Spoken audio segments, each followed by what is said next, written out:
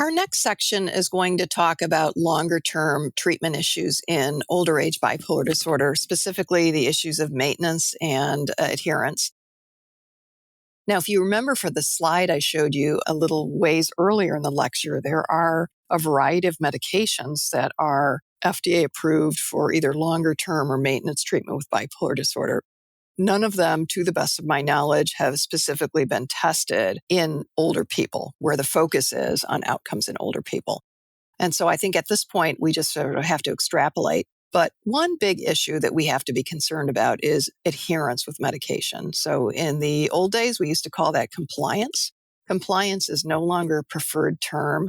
Adherence is a term that applies a little more sort of shared decision-making, hopefully. That's your goal between clinicians who prescribe medications and patients who take medications, that we would make those treatment decisions together, and buy-in with taking medications will just be better. If we think about our previous case with Marie, I suggested that just simply telling Marie she needs to go back to a higher doses of medication, even if she has burdensome side effects, is probably not going to go over super well and will not promote adherence.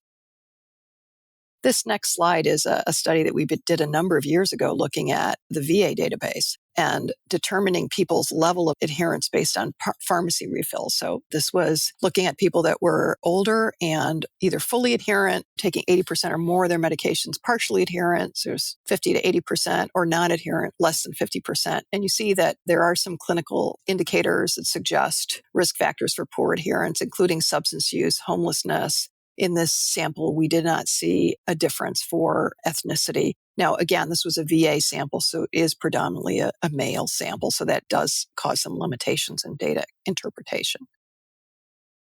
The other interesting recent study, and actually we do have a publication now published in Bipolar Disorder by Dr. Shumlin and colleagues. So this was a lithium use in OABD Delphi exercise done by our International Society for Bipolar Disorder Task Force.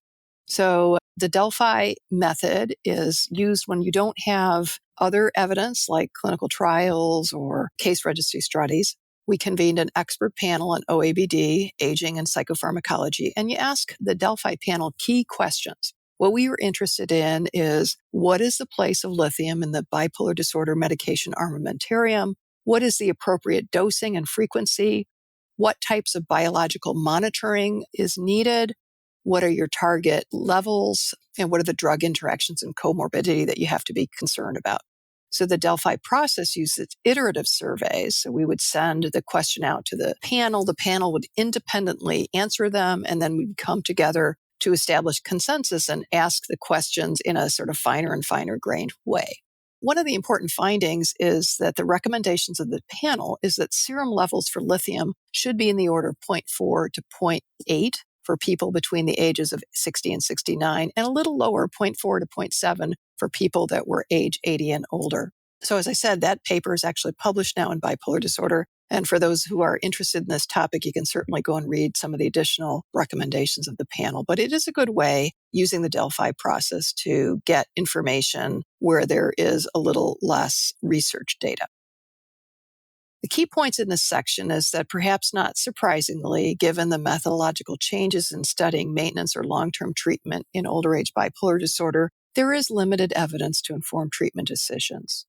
A default option in this case is to continue the treatment that was helpful in the acute treatment during the maintenance phase. An exception, of course, is antidepressants that might be used to treat acute bipolar depression.